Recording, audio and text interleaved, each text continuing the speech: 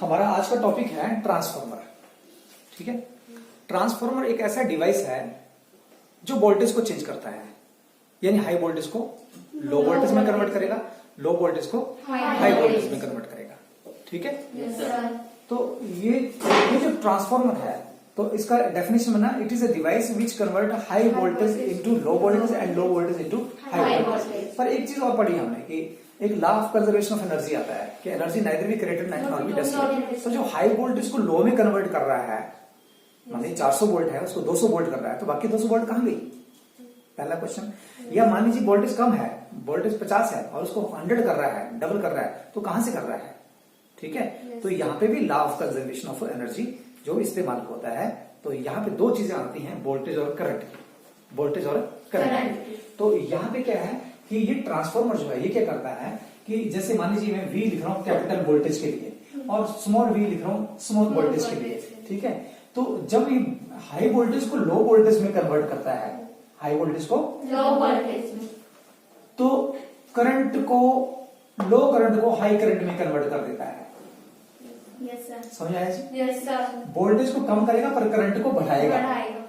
ठीक है, yes sir, जब लो वोल्टेज को हाई वोल्टेज में कन्वर्ट करता है तो वोल्टेज को बढ़ाएगा पर करंट को कम करेगा। इसका मतलब क्या हुआ? इसका मतलब है कि जब इसने वोल्टेज को घटाया तो करंट को बढ़ाया, लेकिन जब वोल्टेज को बढ़ाया तो करंट को घटाया। तो इसका मतलब वोल्टेज को जब बढ़ाया तो करंट घटाया, यानी करंट को कन्वर्ट कर रहा है वोल्टेज में।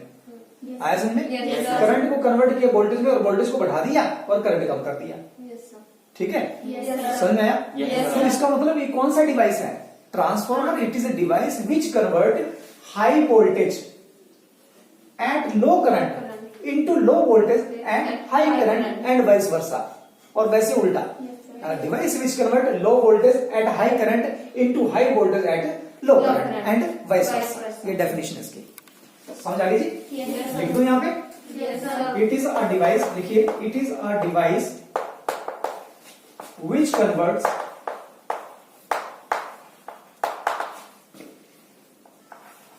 लो voltage and high current into high voltage at low current and vice versa. So this is the definition. ये एक ऐसा डिवाइस है जो low voltage at high current को high voltage at low current में कन्वर्ट करता है, यानी वोल्टेज को बढ़ाता है तो करंट को कम करता है। ठीक है, इसका मतलब है कि जब भी वोल्टेज लो होगी तो करंट हाई होगा, हाई वोल्टेज होगी तो करंट लो होगा। इसलिए मैंने लिखा लो voltage at high current into high voltage at low current. इसका मतलब है कि ऐसा डिवाइस है जो वोल्टेज को बढ़ाएगा तो करंट कम करता है, यानी कि एनर्जी यहाँ पे कंजर्वेशन लॉ लगता है कि करंट खत्म कर रहा है तो करंट को कन्वर्ट कर रहा है किसमें? वोल्टेज में। समझ आया जी? और जब ये वोल्टेज को कम कर रहा है, जब वोल्टेज को कम कर रहा है तो किसको बढ़ा रहा है? यानी वोल्टेज को कन्वर्ट कर रहा है करंट में, करंट बढ़ा दिया और वोल्टेज कम कर दी। बोलो क्लियर? Yes sir. अच्छा, अब ये जो डिवाइस है ये किस प्रिंसिपल पे काम करता है? दो चीजें आती है मेन की, पहले डिवाइस है क्या ट्रांसफार्मर, इसकी डेफिनेशन आ गई। अब किस प्रिंसिपल पे काम करता है? तो ये करता है म्यूचुअल इंडक्शन पे। It works on the principle of mutual induction. अब म्यूचुअल इंडक्शन क्या होती है कि अगर आपके पास दो कॉइल है, देखिए यहाँ पे, ये आपके पास कोई आयरन का कोई प्लेट है ये, ठीक है, और इस पे मैंने एक कॉइल लपेटी हुई है ऐसे करके, कॉपर की कोई तार लपेट दी। ठीक है, एक कॉइल मैंने इधर लपेट दी।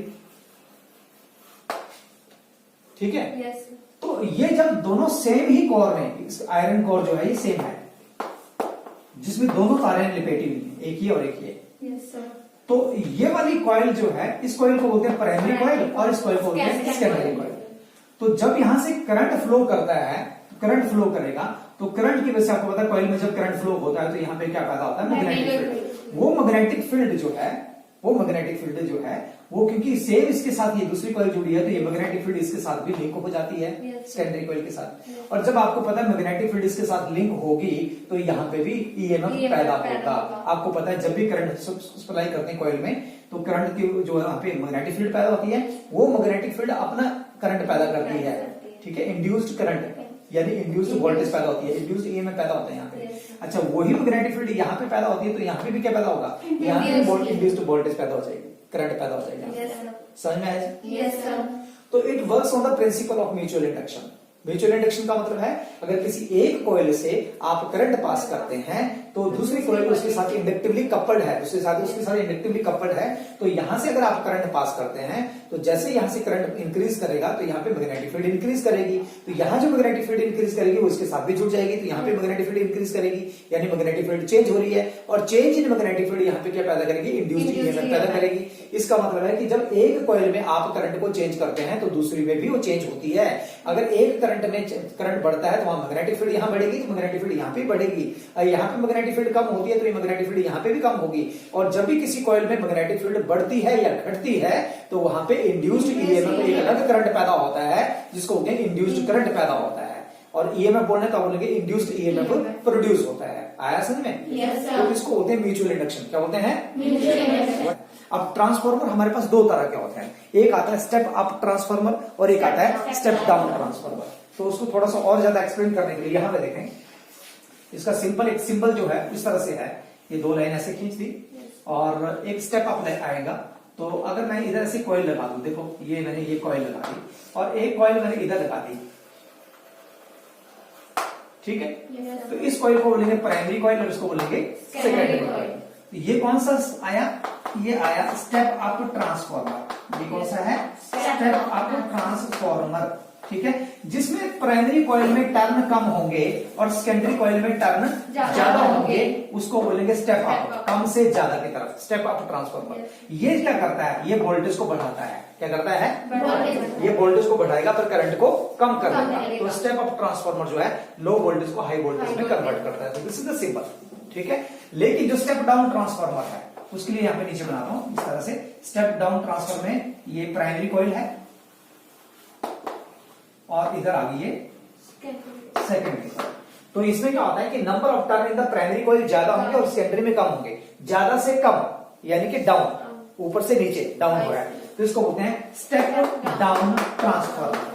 ये स्टेप अप ट्रांसफार्मर और ये step down transformer. Step down transformer क्या करता है? वोल्टेज को घटाता है, करंट को बढ़ाता है, और ये वोल्टेज को बढ़ाता है पर करंट को घटाता है। समझ आ गया जी? Yes, तो हमारे sir. पास दो तरह के ट्रांसफार्मर होते हैं। अच्छा, इसमें एक और मजेदार बात कि ये जो कॉइल होती है इनकी दोनों की, ये जो जहां पे लपेटना है इनको, Yes. इनकी लंबाई बराबर होती है।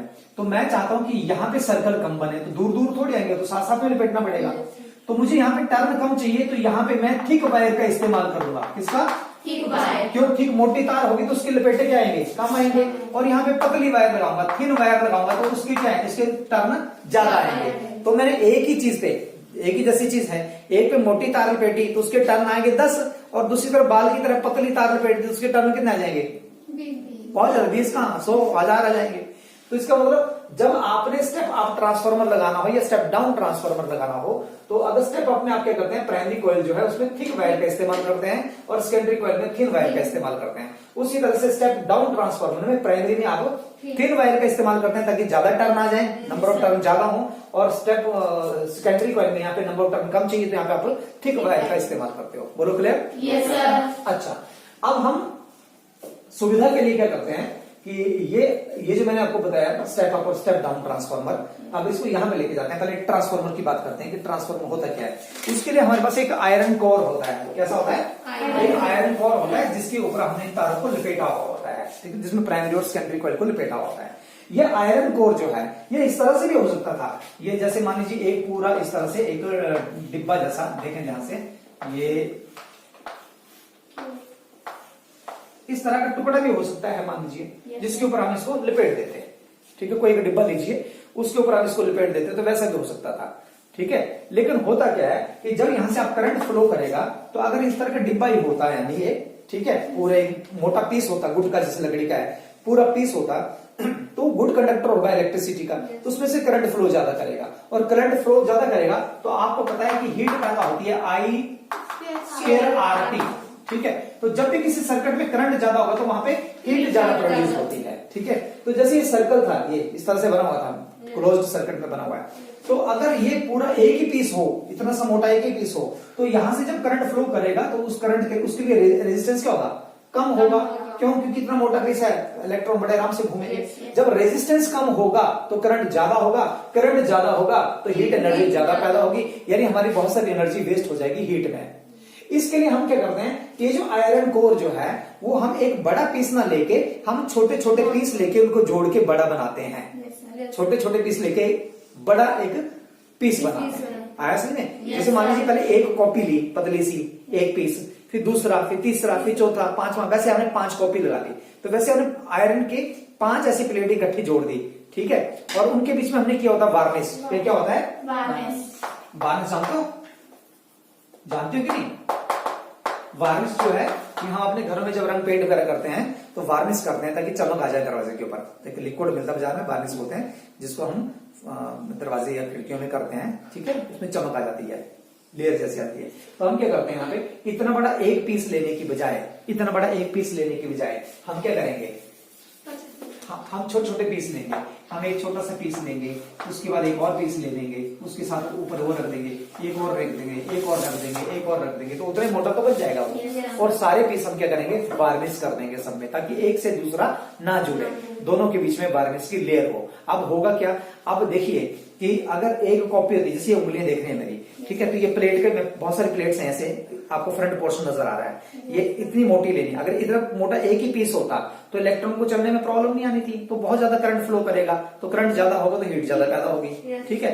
अच्छा, अब हमने क्या किया कि इतना मोटा पीस लेना था, पर मैंने क्या किया, एक इतना पीस, ये दूसरा, तीसरा, चौथा, अलग अलग पीस लिए और इनको वार्निश किया, सबको वार्निश किया और सबको इकट्ठा कर दिया।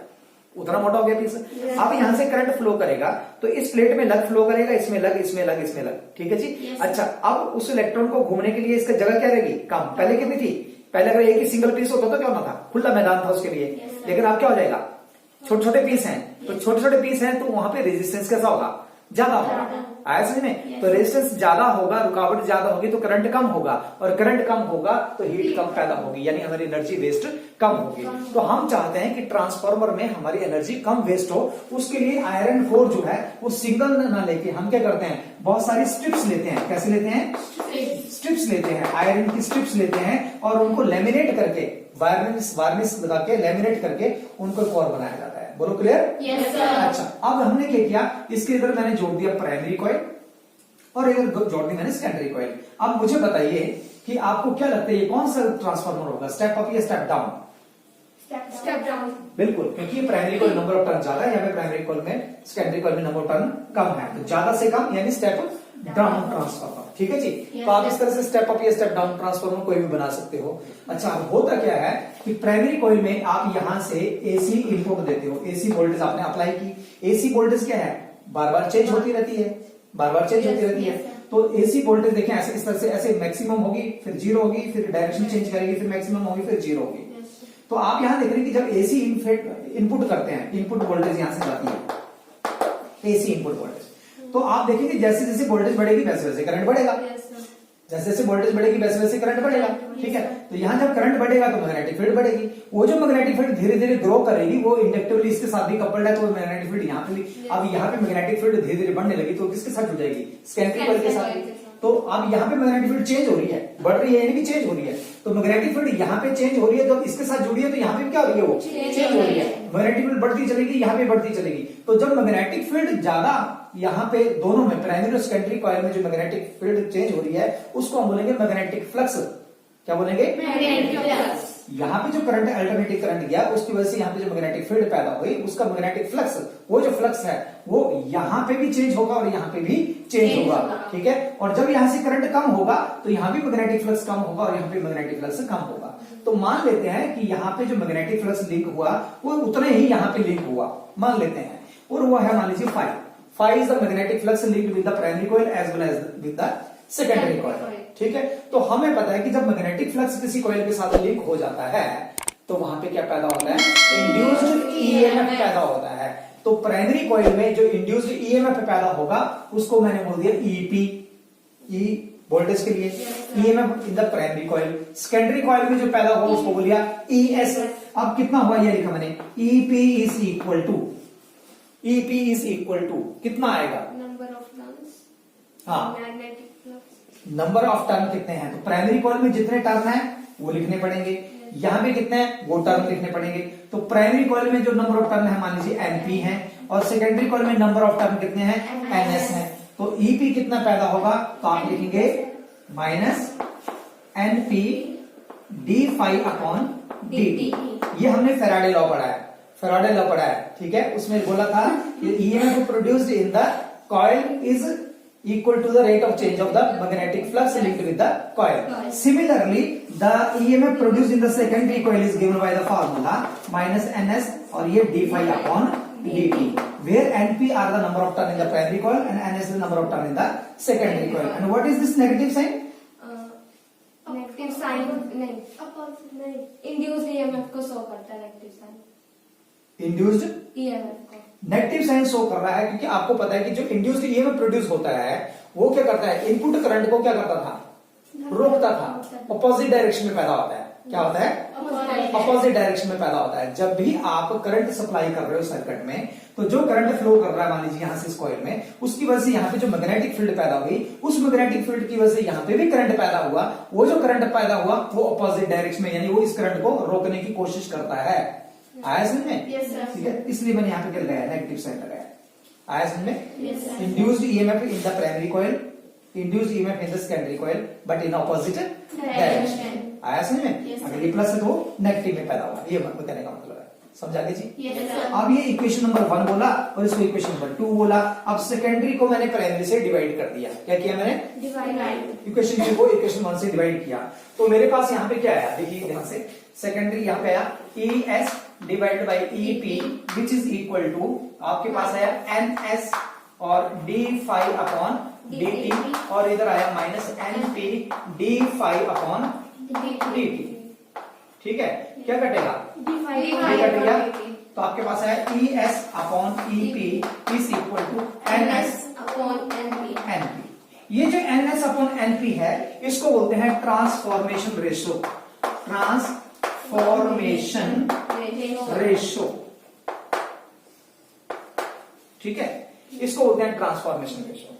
और इस ट्रांसफॉर्मेशन रेशो की वैल्यू जो है एन एस अपॉन एनपी जो है, एन एस अपॉन एनपी जो है, इसको आप के भी बोल सकते हो, इसको ट्रांसफॉर्मेशन को आप के बोल सकते हो। और इसकी वैल्यू जो है इट इज ऑलवेज के is less than 1 for step down transformer and के की value greater than 1 for step up transformer. Step up transformer के लिए इस के की वैल्यू 1 से ज्यादा होती है, और स्टेप डाउन ट्रांसफॉर्मर के लिए इस के की वैल्यू लेस देन 1 होती है। देखें यहाँ पे, अगर मैं बोलूं स्टेप अप ट्रांसफॉर्मर, क्या बोलूं, स्टेप अप, तो स्टेप अप के लिए क्या होती है, ग्रेटर देन 1, तो इसकी वैल्यू ग्रेटर देन 1 है, यानी कि ई S upon E P is greater than 1।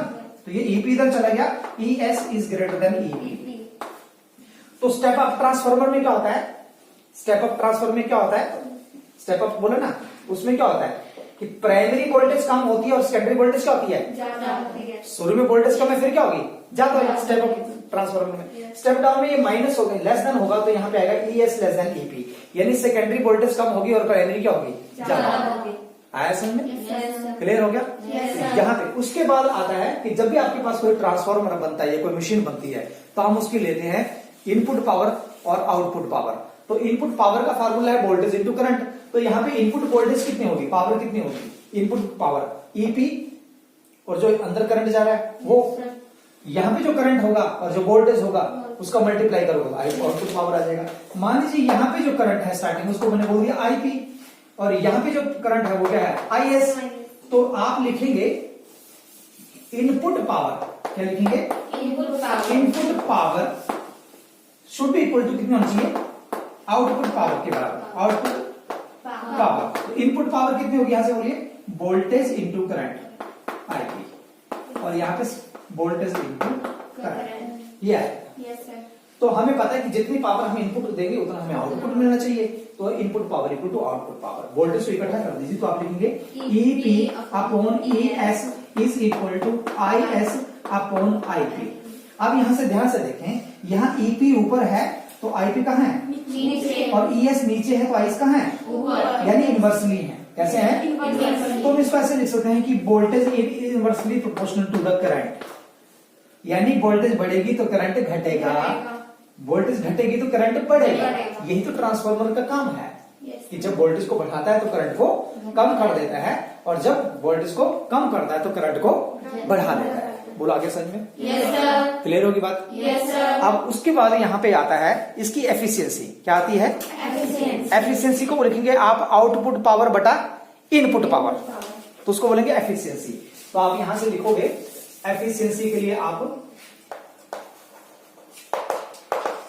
Efficiency को आप ईटा से रिप्रेजेंट करते हो, which is equal to output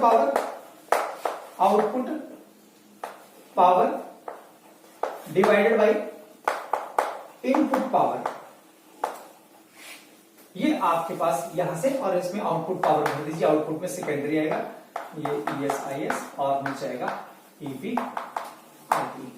तो दिस इज कॉल्ड एफिशिएंसी। और कभी भी जो एफिशिएंसी है वो 100% कब आएगी? 100% का मतलब है जब ये दोनों की वैल्यू सेम होगी। दोनों की वैल्यू सेम होगी तो कट जाएंगी इनटू 100।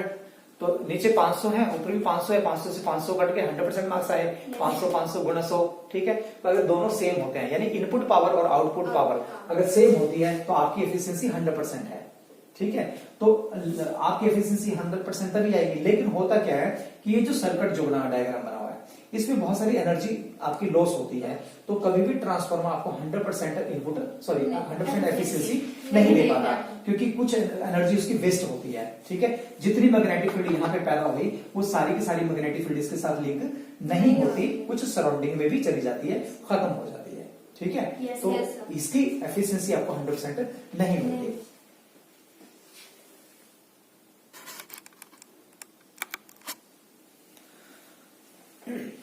एनर्जी लॉसेस इन ट्रांसफार्मर। अब हमने बात की कि ट्रांसफार्मर जो है उसकी एफिशिएंसी हमेशा 100% नहीं होती। तो क्यों नहीं होती? इसका मतलब कहीं ना कहीं पे एनर्जी हमारी खत्म होती है। तो कौन कौन से पॉइंट हैं? तो एनर्जी लॉसेस में हम सबसे पहले पॉइंट नोट करेंगे फ्लक्स लॉसेस। पहला, ठीक है। एक है आयरन लॉसेस,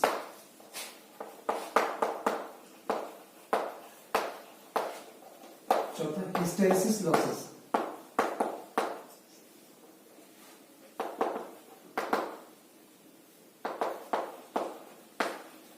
और पांचवा हमिंग साउंड।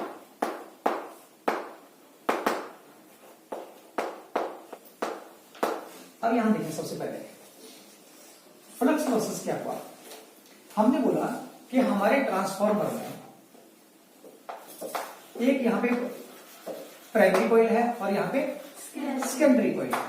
प्राइमरी कॉइल में जब अल्टरनेटिंग करंट फ्लो करता है तो उसकी वजह से यहाँ पे मैग्नेटिक फील्ड पैदा होती है, वो मैग्नेटिक फ्लक्स इसके साथ भी लिंक होता है। पर ये याद है, यहाँ पे जो मैग्नेटिक फील्ड पैदा होगी इस तरह से पैदा होगी, ठीक है। तो ये सारी की सारी मैग्नेटिक फील्ड यहाँ लिंक नहीं होगी, आया समझ में? इसमें कुछ हिस्सा ही यहाँ पे लिंक होगा, बाकी हिस्सा क्या होगा? आया समझ में कि नहीं? यहाँ से मैग्नेटिक फील्ड पैदा हुई ऐसे करके, ऐसे पैदा हो रही है, तो मैग्नेटिक फील्ड इसके साथ सारी की सारी लिंक नहीं होगी। तो सेकेंडरी कॉइल के साथ सारी की सारी मैग्नेटिक फील्ड लिंक नहीं होगी। थोड़ी सी मैग्नेटिक फील्ड जो है वो आपकी सराउंडिंग में चली जाती है, वेस्ट चली जाती है।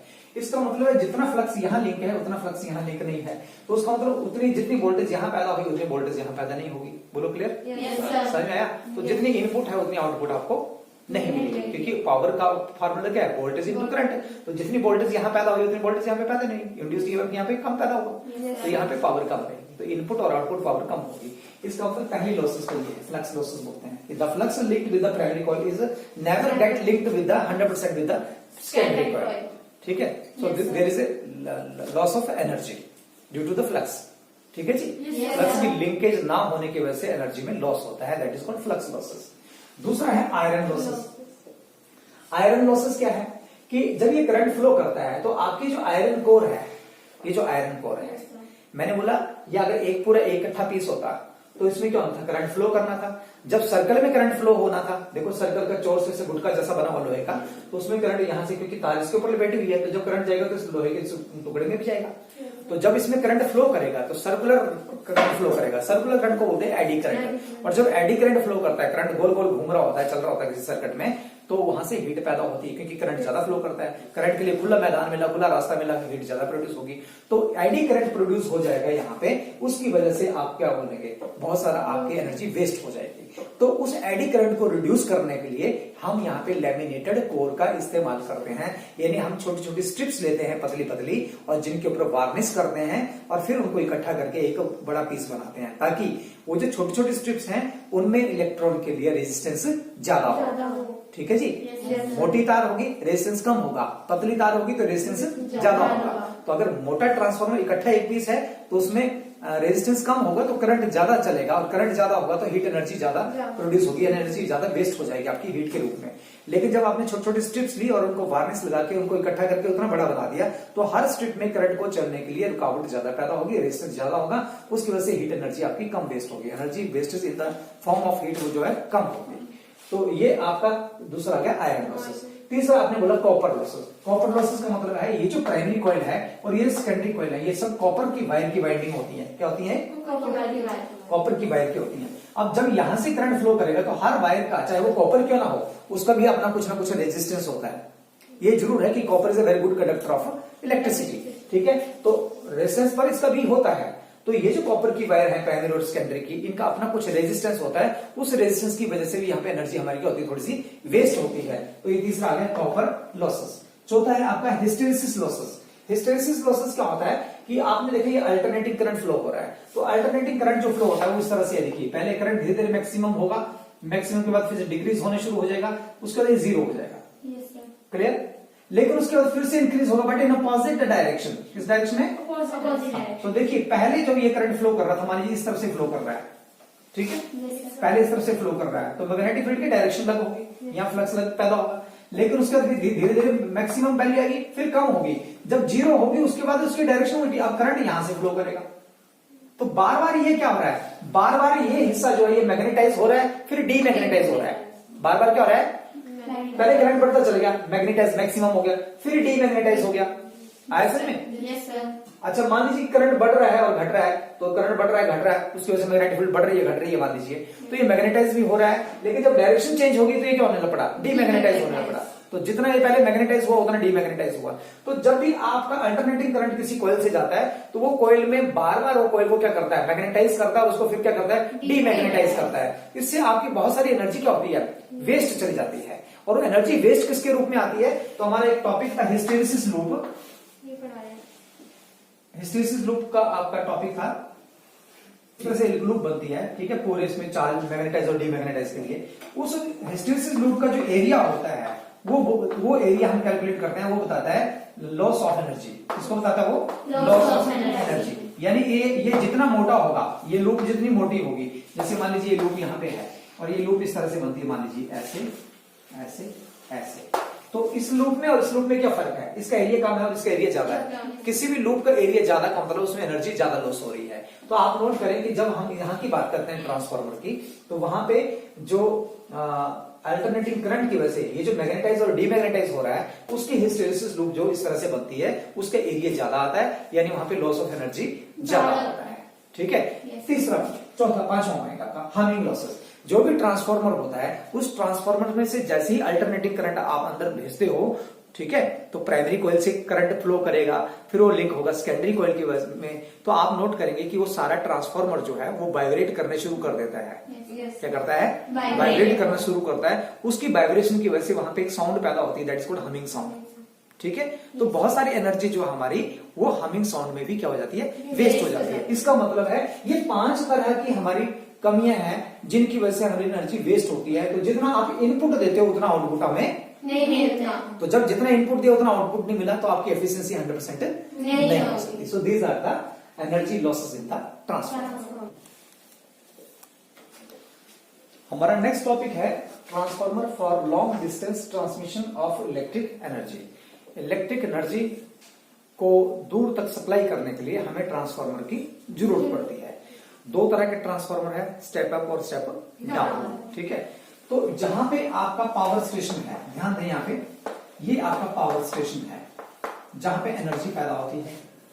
वहां से जब एनर्जी को लेके जाएंगे तो हम यहाँ पे पहले ट्रांसफार्मर लगाएंगे। क्या लगाएंगे, ट्रांसफार्मर लगाएंगे। कैसा ट्रांसफार्मर लगाएंगे बताइए यहाँ पे, कैसा ट्रांसफार्मर लगाएंगे, स्टेप अप। तो मैंने यहाँ पे स्टेप अप ट्रांसफार्मर लगाया। क्यों? ये वोल्टेज को बढ़ाता है, वोल्टेज को बढ़ाएगा तो करंट को, फिर यहां से ये तार जो है ये इस तरह से वायर चलेगी चलेगी चलेगी चलेगी और फिर बाद में आपके घर के नजदीक जब पहुंची तो वहां पे हमने क्या किया, वहां पे हमने ट्रांसफार्मर लगा दिया। कौन सा?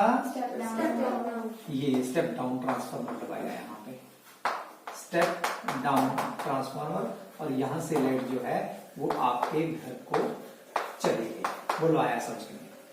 इस तरह से होता है पावर स्टेशन में, जहां पे बिजली पैदा हुई वहां से हम क्या करते हैं, स्टेप अप ट्रांसफार्मर में देते हैं। स्टेप अप ट्रांसफार्मर क्या करता है, वोल्टेज को बढ़ाता है और करंट को घटा देता है। फिर उसके बाद क्या होगा, जब यहाँ पे आपके घर के नजदीक पहुंचा तो आपने क्या किया, उस वोल्टेज को फिर से घटा दिया, स्टेप डाउन किया और फिर आपके घर में भेज दिया। ठीक है, अब ऐसा क्यों करते हैं तो इसको थोड़ा सा समझें। आपको पता है कि जो हीट एनर्जी है उसका फार्मूला है I²RT। ठीक है, आप चाहते हैं कि यहां से जितनी पावर आपने सप्लाई की वो आपके घर तक पहुंचे, कहीं पे एनर्जी का वेस्टेज ना हो। तो एनर्जी का एक वेस्टेज तो यह है हीट एनर्जी I²RT, यानी कि अगर करंट ज्यादा होगा तो हीट ज्यादा पैदा होगी, करंट कम होगा तो हीट कम पैदा होगी। तो मैं क्या करता हूं कि यहां से जितनी आपके पावर सप्लाई करनी थी उसको मैंने क्या किया, उसके मैंने वोल्टेज को बढ़ा दिया। जब वोल्टेज बढ़ती है तो करंट क्या होता है, कम। तो करंट कम होगा तो यहाँ पे करंट कम होगा तो यहाँ से जब ये एनर्जी सप्लाई करेंगे आप तो उसमें से हीट की वेस्टेज कम होगी, क्योंकि करंट कम है तो हीट की एनर्जी वेस्ट कम होगी। ठीक है, लेकिन जैसे यहाँ पे पहुंचे तो आपने क्या कर दिया, फिर से स्टेप डाउन, यहाँ पे वोल्टेज घटा दी और करंट को फिर से बढ़ा दिया। एग्जाम्पल लिया, मैं पावर स्टेशन से 11,000 वाट जो है इतनी पावर सप्लाई कर रहा हूं मैं आपके घर तक, मैं इतनी एनर्जी मैंने पैदा की, इसको भेजना चाहता हूं। तो इसको मैं इस वोल्टेज में भी भेज सकता हूं, इस वोल्टेज में भी भेज सकता हूं। तो दोनों वोल्टेज में भेज के देखते हैं कि होता क्या है। तो सबसे पहले मैं 11,000 वाट 220 वोल्ट में भेजूंगा तो क्या होगा, आया समझ में? अब आपको पता है पावर का फार्मूला होता है वोल्टेज इनटू करंट। तो करंट कितना आएगा, करंट आएगा पावर अपॉन वोल्टेज। इस केस में, पहले वाले केस में, फर्स्ट केस में पावर कितनी है जी, 11,000 वाट और वोल्टेज कितनी मान रहा हूं, 220। तो मैंने लिखा है 220 वाट। काट दीजिए, 0 से 0 कट गया, 11 से 2 कट गया, 2 से 5 या 50। ठीक है, तो करंट कितना आया, 50 एम्पियर। कितना आया, 50 एम्पियर। करंट आया 50 एम्पियर। ठीक है जी। एनर्जी लॉस कितनी होगी, लॉस यानी हीट कितने पैदा होगी, I²R लिखो ना, टी मान लो 1 सेकंड ही है, I²R तो कितना आएगा, I²R कितना आएगा जी, 50 का स्क्वायर इंटू आर, यानी कि 2500 आर। और साथ में टाइम, कितने टाइम के लिए जा रही है, 1 सेकंड के लिए, 2 सेकंड के लिए, 3 सेकंड के लिए, 1 घंटे के लिए, 2 घंटे के लिए, उसका मल्टीप्लाई करो, ये इतनी एनर्जी वेस्ट होगी, इतनी एनर्जी वेस्ट होगी। कब, जब मैं 11,000 वाट को 220 वोल्ट में भेजूंगा तो इतनी एनर्जी वेस्ट होगी। This is number 1 case. ठीक है, दूसरा केस लेते हैं। अब इस एनर्जी को मैं 22,000 वोल्ट में भेजता हूं तो एनर्जी वेस्टेज कितनी होती है वो देखते हैं। तो फिर से आप करंट निकालते हो, करंट आएगा पावर अपॉन वोल्टेज। पावर कितनी है, 11,000 वाट और वोल्टेज कितनी है, 22,000। ठीक है, तो ये 0 से 0 कट गया और 11 22 कितना है, 1/2 यानी 0.5 कितना है, 0.5 एम्पियर। तो एनर्जी लॉस कितना होगा, ये हीट एनर्जी कितनी पैदा होगी, हीट एनर्जी, फिर से फार्मूला I²R, I की जगह लिखोगे 0.5 का scale into R which is equal to 0.25 R. आप मुझे बताइए, ये पहला केस और ये दूसरा केस, पहले केस में हीट एनर्जी कितनी वेस्ट हुई, 2,500 आर, 22,500 आर, और दूसरे केस में 0.25 आर। तो कहां पे कम हुई, यहां कम हुई और यहाँ पे एनर्जी लॉस क्या हुआ। अब आप खुद सोचिए कि पावर स्टेशन से हम एनर्जी प्रोड्यूस करते हैं तो हम क्या चाहते हैं कि हमारी एनर्जी वेस्ट हो जाए, हम चाहेंगे हमारी एनर्जी की वेस्टेज कम हो। तो एनर्जी की कम वेस्टेज करने के लिए हम क्या चाहेंगे, एनर्जी की कम वेस्टेज के लिए हम चाहेंगे कि यहाँ पे करंट कम हो। तो करंट कम होगा कब, जब स्टेप अप ट्रांसफार्मर लगाया, क्योंकि वोल्टेज बढ़ाएगा पर करंट को कम कर देगा। तो आप हमेशा जब भी किसी पावर को भेजना होगा तो आप हाई वोल्टेज पे भेजोगे, high voltage, step up high voltage पे भेजोगे तो एनर्जी लॉस कम होगा, लो वोल्टेज पे भेजोगे तो एनर्जी लॉस ज्यादा होगा। इसलिए आप यहाँ पे स्टेप अप ट्रांसफार्मर लगाते हैं ताकि वोल्टेज बढ़ेगी और आपकी एनर्जी सप्लाई होगी। हाई वोल्टेज पे लॉस कम है, बड़ा कम है। जब यहां पहुंच गए तो आपने इसको क्या कर दिया, स्टेप डाउन कर दिया, यहां वोल्टेज आपने घटा दी और करंट फिर से आपने बढ़ा दिया। दूसरा पॉइंट है यहाँ कॉस्ट ऑफ ट्रांसमिशन। जब मैं चाहता हूं करंट ज्यादा भेजना, ज्यादा करंट के लिए मेरे को मोटी तार चाहिए, थोड़े से करंट के लिए मेरे को पतली तार चाहिए। अब मैंने पावर स्टेशन से आपके घर के लिए करंट भेजना है, पावर तो उतनी भेजनी 11,000 वाट। अगर मैं इसको वोल्टेज आपकी हाई है तो करंट क्या है, लो करंट। और लो करंट के लिए कैसी वायर चाहिए, थिन वायर। कैसी चाहिए, थिन वायर चाहिए। अच्छा, अगर मान लीजिए उल्टा होता, जो हाई मतलब इसको मैं लो ना करता और इसको मैं क्या करता, स्टेप डाउन ट्रांसफार्मर लगा देता, यहाँ पे वोल्टेज कम करता और करंट को बढ़ा देता मान लीजिए, ठीक है, तो क्या होना था, ठीक वायर लगाने की। अब मैंने पावर स्टेशन से आपके घर के लिए 50 एम्पियर करंट भेज रहा हूं। पहले केस में कितना आया था, 50 एम्पियर, दूसरे केस में आया था 0.5 एम्पियर।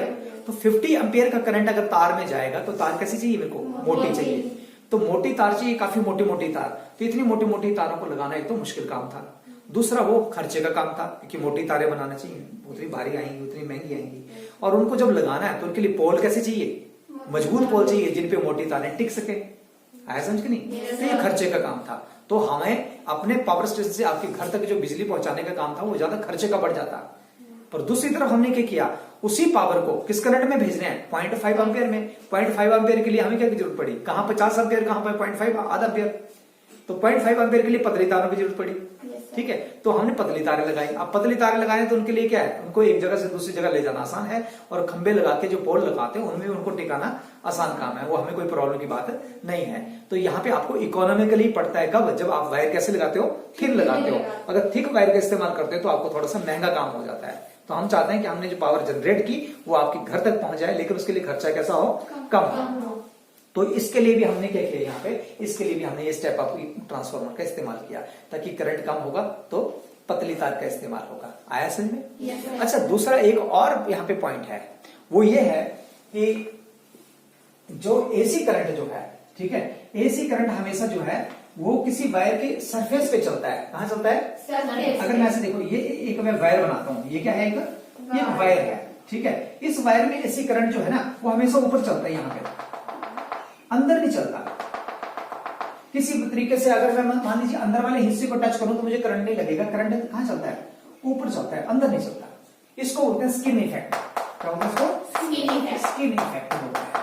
ये एसी करंट जो भी है वो हमेशा क्या करता है, किसी वायर के सरफेस पे ही चलता है। समझ में आया जी? क्लियर? तो इसके लिए हमें क्या करना पड़ता है, इसके लिए हम क्या करते हैं, एसी वायर आपने घर में देखा होगा कि बिजली की तार निकाली है, कई बार आपने उसको अगर काटा होगा तो उसमें से एक तार नहीं निकलती, इकट्ठा गुच्छा निकलता तारों का, देखा कभी? वो किस लिए, उस स्किन इफेक्ट को कम करने के लिए। क्यों? क्योंकि हमें पता है कि करंट कहां चलता है, इस तार के सरफेस पे ही चलेगा। तो मोटे तार लगाऊंगा भैया तो सरफेस पे चलेगा, तो बीच वाली तार जो है तो वो तो वेस्टेज गई। अब मैं बड़ी बड़ी मोटी मोटी तारें लगा दूं और करंट कहां चल रहा है, सिर्फ सरफेस पे, तो इतनी मोटी बनाने का फायदा क्या हुआ, वो बीच वाला हिस्सा तो सारा खाली रह गया, उसमें तो कुछ चलेगा नहीं। तो करंट तो सरफेस पे चलेगा।